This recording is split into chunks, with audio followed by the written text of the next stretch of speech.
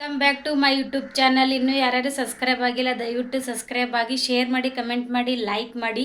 Already ನೀವು ಥಂಬ್ನೇನಲ್ಲಿ ನೋಡಿರ್ತೀರ ನಾನು ಯಾವ ಟಾಪಿಕ್ ಬಗ್ಗೆ ಮಾತಾಡ್ತಾ ಇದ್ದೀನಂತ. ಹೌದು, ನನಗೆ ಒಂದು ತುಂಬ ಕ್ವಶನ್ ಕೇಳೋದಿದೆ ಆ ತಾಯಿಗೆ. ಅದರಲ್ಲಿ ಒಂದು ಕ್ವಶನ್ ಇಷ್ಟು ಇಂಪಾರ್ಟೆಂಟ್ ಆಗಿದೆ ಅಲ್ಲ, ಏನಪ್ಪ ಅಂದರೆ ನಾನು ಒಂದು ಹೆಣ್ಣಾಗಿ, ಒಂದು ತಾಯಿಯಾಗಿ, ಒಂದು ಹೆಂಡತಿಯಾಗಿಯೇ ಕೇಳ್ತಾ ಇದ್ದೀನಿ. ನೀವು ನಿಮ್ಮ ಮಗಳಿಗೆ ಗಂಡನ ಮನೇಲಿ ಸಂಸಾರ ಮಾಡಕ್ಕೆ ಬಿಡಲ್ಲ ಅಂದರೆ ನೀವು ಮದುವೆ ಯಾಕೆ ಮಾಡಿಕೊಡ್ಬೇಕು? ನಂದಿದು ಒಂದು ಕ್ವಶನ್ ಅದ. ಅದ್ದೂರಿಯಾಗಿ ಸಾಲ ಮಾಡಿ ಏನೋ ಒಂದು ಮಾಡಿ ಮಗಳನ್ನ ಮದುವೆ ಮಾಡಿಕೊಡ್ತೀರಾ?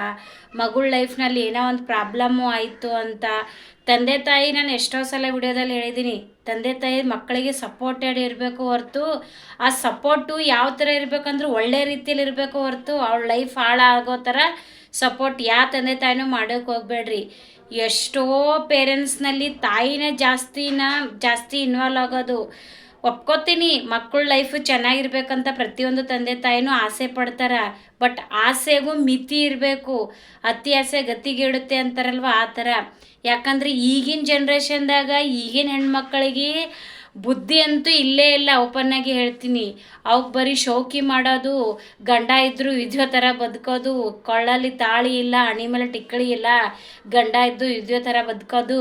ಒಂದು ವೇಳೆ ಏನಾದರೂ ಅವಳ ಪರ್ಸ್ನಲ್ ಅವಳಿಗೆ ಆದ ಒಂದು ಕೆಲವೊಂದು ಇದ್ದರೆ ಅದು ಹಂಗೆ ಮಾಡಬೇಡ, ಈ ಥರ ಮಾಡಬೇಡ, ಹಿಂಗೆ ಬದುಕು, ಹೀಗೆ 4 ಮಂದಿ ಎದುರು ನೀ ಚೆನ್ನಾಗಿ ಮರ್ಯಾದೆಲಿಂದ ಬದುಕು ಅಂದ್ರೆ ಅಲ್ಲಿ ಗಂಡ ಕೆಟ್ಟವನಾಗ್ತಾನ. ಯಾಕಂದ್ರೆ ಅವ ಅಲ್ಲಿ ಒಳ್ಳೇದು ಹೇಳ್ತಾನಲ್ಲ, ಅದಕ್ಕೆ ಕೆಟ್ಟವನಾಗ್ತಾನ. ಅದೇ ಒಳ್ಳೆತನ ಅವಳು ಕೆಟ್ಟತನ ತಿಳ್ಕೊಂಡು ತನ್ನ ತಾಯಿಗೆ ಹೋಗಿ ಹೇಳ್ತಾಳೆ. ಏನು ಹೇಳ್ತಾಳಂದ್ರೆ, ನನ್ನ ಗಂಡ ನನಗೆ ಆಚೆ ಬಿಡಲ್ಲ, ಏನು ಮಾಡಿದ್ರು ಬರೀ ಹೆಸರು ಇಡ್ತಾನ, ಅನುಮಾನ ಪಡ್ತಾನ. ಯಾರಿಗೊತ್ತು? ಆ ಅನುಮಾನನೂ ಪ್ರೀತಿಯಾಗಿರ್ಬೇಕಲ್ಲ. ಅದು ನೀವು ಕರೆಕ್ಟಾಗಿ ನೀವು ಅರ್ಥ ಮಾಡಿಕೊಂಡ್ರೆ ಯಾವ ಸಂಸಾರದಲ್ಲಿ ಜಗಳ ಬರಲ್ಲ. ಇದು ನಾನು ಪ್ರತಿಯೊಂದು ಹೆಣ್ಮಕ್ಳಿಗೆ ಹೇಳ್ತೀನಿ, ನಾನು ಒಂದು ಹೆಣ್ಣಾಗೆ ಹೇಳ್ತೀನಿ. ಯಾಕಂದ್ರೆ ತಂಗಿದರೆ ಈ ಜೀವನ ಎಲ್ಲ ಭಾಳ ಸೂಕ್ಷ್ಮದ. ಯಾವುದೇ ಒಂದು ಸಂಬಂಧದಲ್ಲೆಲ್ಲ ನಾವು ಜಾಸ್ತಿ ಎಚ್ಚರವಾಗಿ ನಡಿಬೇಕು ಜೀವನದಾಗ. ಅಂದ್ರೆ ಅದು ಗಂಡ ಹೆಂಡತಿ ಸಂಬಂಧದ. ಅಣ್ಣ ತಂಗಿ ಯಾವುದೇ ಒಂದು ಹೇಳ್ತಾ ಇಲ್ವಾ, ಯಾವುದೋ ಒಂದು ಸಂಬಂಧದಲ್ಲಿ ನಾವು ಮತ್ತೆ ಪಡ್ಕೋಬೋದು. ಬಟ್ ಗಂಡ ಹೆಂಡತಿ ಸಂಬಂಧದಾಗಲ್ಲ, ಒಂದು ಸಾರಿ ಮುರಿದು ಬಿತ್ತಲ್ಲ, ಅದು ನೀನು ಎಷ್ಟೇ ಕೋಟಿ ಕೊಟ್ಟರು ಆ ಸಂಬಂಧ ಮತ್ತೆ ಮೊದಲೇನಂತರ ಆಗಲ್ಲ, ಆಗೋಕ್ಕೆ ಸಾಧ್ಯನೇ ಇಲ್ಲ. ಸೊ ನಾನು ಪ್ರತಿಯೊಂದು ತಾಯಿಗೆ ಕೈ ಮುಗಿದು ಹೇಳ್ತಾ ಇದ್ದೀನಿ, ಎಷ್ಟಾಗುತ್ತೋ ಅಷ್ಟು ನಿಮ್ಮ ಮಗಳಿಗೆ ಬುದ್ಧಿ ಹೇಳಿ. ತವ್ರ ಮನೆಯಲ್ಲಿ ಕಳಿಸಿ ಇಟ್ಕೊಂಡು ನೀವು ತವ್ರ ಮನೆ ನಾನು ನೋಡ್ಕೋತೀನಿ ಬೇಡಮ್ಮ, ಗಂಡನ ಮನೇಲಿ ಕಳಿಸಿ. ತವ್ರ ಮನೆ ಶಾಶ್ವತ ಅಲ್ಲ. ಪ್ರತಿ ಸಲ ಹೇಳ್ತೀನಿ, ಒಂದು ಹೆಣ್ಣಿಗೆ ಬೆಲೆ ಎಲ್ಲಿರೋದು ಅಂದ್ರೆ ಗಂಡನ ಮನೇಲಿ ಇರೋದು ಹೊರತು ತಾಯಿ ಮನೆಗಲ್ಲ. 4 ದಿನ ಬರ್ತಾಳೆ, ಅವಳಿಗೆ ಏನು ಮಾನ ಪಾನ, ಅವಳಿಗೆ ಏನು ಬೇಕು, ಬಟ್ಟೆ ಬರೆ, ಏನು ಅವಳಿಗೆ ಸ್ವತ್ತಾದ ಏನದಲ್ಲ ಅದಕ್ಕೆಲ್ಲನೂ ಮಾಡ್ರಿ, ಬೆಲೆ ಕೊಡ್ರಿ, ಅದಕ್ಕೊಂದು ಅರ್ಥ ಇರ್ತದ. ಸುಮ್ಮನೆ ಏನೋ ಯಾವುದೋ ಒಂದು ಕೋಪದಲ್ಲಿ, ಯಾವುದೋ ಒಂದು ಸಿಟ್ಟಲ್ಲಿ, ಇಲ್ಲ ನಾನು ಇವಳಿಗೆ ನಾನು ಬದುಕೇ ತೋರಿಸ್ತೀನಿ, ನನ್ನ ಮಗಳಿಗೆ ನಾನು ಗೆಲ್ತೀನಿ, ನನ್ನ ಮಗಳೇ ಗೆಲ್ಲಬೇಕು ಅನ್ನೋದು ನಿಮ್ಮ ಮೈಂಡಲ್ಲಿತ್ತಲ್ಲ, ನಿಮ್ಮ ಮಗಳು ಗೆಲ್ಲಲ್ಲ.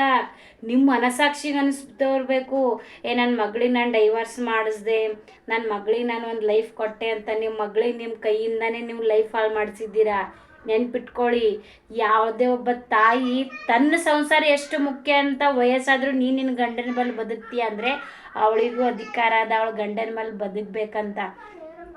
ಯಾಕಂದ್ರೆ ನಾ ಎಷ್ಟೋ ಸಲ ಇನ್ನೂ ಅರ್ಥ ಮಾಡ್ಕೊಡ್ರಿ. ನನಗೆ ಒಂದೇ ಟಾಪಿಕ್ ಮೇಲೆ ಹೇಳಿ ನಿಜವಾಗ್ಲೂ ನನಗೆ ಬೇಜಾರಾಗ್ತದೆ. ಯಾಕಂದ್ರೆ ನಾನು ಒಂದು ಹೆಣ್ಣು, ನಮ್ಮಂಥ ಹೆಣ್ಮಕ್ಳು ಕುಲ್ಲಕ್ಕೆ ಎಲ್ಲ ಒಂದು ಕಡೆ ಅವಮಾನ ಆಗ್ತಾಯಿದೆ. ಅದು ಬೇಡ.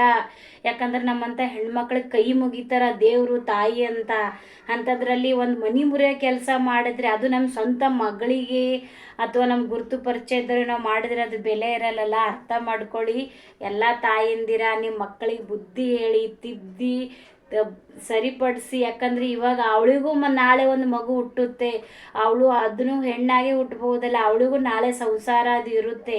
ಸೊ ಯಾವಾಗ ನೀವು ಒಳ್ಳೆ ಸಂಸ್ಕಾರ ಕೊಟ್ಟರೆ ಆಕಿನೂ ತನ್ನ ಮಗಳಿಗೆ ಒಳ್ಳೆ ಸಂಸ್ಕಾರನೇ ಕೊಡ್ತಾಳೆ. ಇಲ್ಲ ನೀನು ಮನೆಗೆ ತಂದು ಇಟ್ಕೊಂಡ್ರೆ ಅವಳು ಅವಳ ಮಗಳಿಗೆ ಮನೆಗೆ ತಂದು ಇಟ್ಕೋತಾಳೆ. ಯಾವಾಗ ನಿನಗೆ ಕೆಟ್ಟ ಹೆಸರು ಬರ್ತದಲ್ಲ, ನಾಳೆ ನಿನ್ನ ಮಗಳಿಗೂ ಕೆಟ್ಟ ಹೆಸರು ಬರ್ತದ, ಆ ಮಗಳಿಗೂ ಕೆಟ್ಟ ಹೆಸರು ಬರ್ತದ. ಅರ್ಥ ಮಾಡ್ಕೊಳ್ಳಿ, ಕೈ ಮುಗಿದು ಕೇಳ್ಕೊತೀನಿ.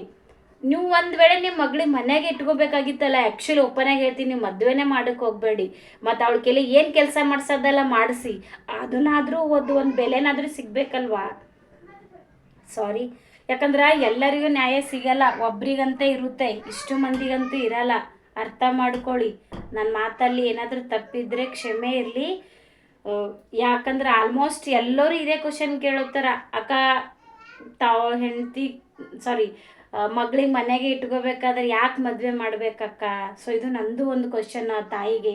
ನಿಜಾಗ್ಲೂ ಯಾರಾದರೂ ಈ ವಿಡಿಯೋ ಒಬ್ಬ ತಾಯಿ ಕೇಳ್ತಾ ಇದ್ರೆ, ನನ್ನ ವಿಡಿಯೋ ನೋಡ್ತಾ ಇದ್ರೆ, ದಯವಿಟ್ಟು ನನಗೆ ಒಂದು ಮಗಳು ಅಂದ್ಕೊಂಡು ನಂಗೆ ಕಮೆಂಟಲ್ಲಿ ತಿಳಿಸಿ, ನೀವು ಮಾಡ್ತಾ ಇರೋದು ನಿಜಾನ ಅಥವಾ ಕರೆಕ್ಟಾ ಅಂತ. ನಿಮ್ಮ ಮನಸ್ಸಿಗೆ ಒಂದು ವೇಳೆ ಅದು ನಿಜ ಅನಿಸಿದ್ರೆ ಇನ್ನು ಒಬ್ಬ ಹಳೆ ಅಂಬ ಒಬ್ಬ ಇರ್ತಾನಲ್ಲ, ಅವನ ಜೀವನಕ್ಕೆ ನೀವು ಭಾಳ ಹಾಳು ಮಾಡತ್ತಿದ್ದೀರಿ. ಅವನ ತಾಯಿ ಅವನ ಕುಟುಂಬಕ್ಕೆ ಭಾಳ ನಿಮ್ಮಿಂದ ಮೋಸ ಆಗ್ಯದಂತ ಹೇಳ್ಕೊತೀನಿ. ಸೊ ಇದ್ರಲ್ಲಿ ನಾನು ತಪ್ಪಿದ್ರೆ ದಯವಿಟ್ಟು ಕ್ಷಮೆ ಇರಲಿ. ಸೊ ಯಾರಿಗಾದರೂ ಯಾವ್ಯಾವ ಥರ ಅಕ್ಕ ಈ ಥರ ನನಗೆ ಇದ್ರ ಬಗ್ಗೆ ಕೇಳಬೇಕು, ಇದ್ರ ಬಗ್ಗೆ ವಿಡಿಯೋ ಮಾಡಬೇಕು, ಮಾಡು ಅಕ್ಕ ಅಂತ ಯಾರಿಗಾದರೂ ಅನಿಸಿದರೆ ಕಮೆಂಟ್ ಮಾಡಿ, ನಾನು ಅದ್ರ ಬಗ್ಗೆ ವಿಡಿಯೋ ಮಾಡ್ತೀನಿ. ಐ ಹೋಪ್ ಈ ವಿಡಿಯೋ ನಿಮ್ಗೆ ಇಷ್ಟ ಆಯಿತು ಅನ್ಕೋತೀನಿ. ಮತ್ತೆ ಸಿಗ್ತೀನಿ ನೆಕ್ಸ್ಟ್ ವಿಡಿಯೋದಲ್ಲಿ. ಬಾಯ್.